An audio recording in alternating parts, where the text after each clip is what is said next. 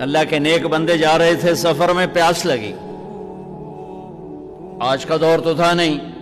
کنویں تک پہنچ، نیچے دیکھا تو پانی بہت نیچے، تو انہوں نے اپنی پگڑی اتاری اور جوتے کو اس کے ساتھ باندھا اور نیچے لٹکایا، تو پانی تک جوتا پہنچ نہیں سکا، تو پریشان ہو کے بیٹھ گئے، اب کیا کروں؟ اتنے میں ایک ہرن دوڑتا ہوا آیا،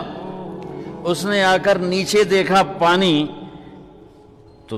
ہرن تو وہاں جا نہیں سکتا، تو اس نے یوں اوپر دیکھا، اے پانی والے بے زبان ہوں پانی پلا، تو پانی ابلتا ہوا اوپر اٹھا اور منڈیر کے آ کے برابر لگ گیا۔ ہرن نے پانی پیا، ہرن کی طفیل اس انسان نے پیا، ہرن پیچھے موڑا، پانی نیچے گیا، تو اس کے منہ سے بے ساختہ نکلا کہ میں انسان،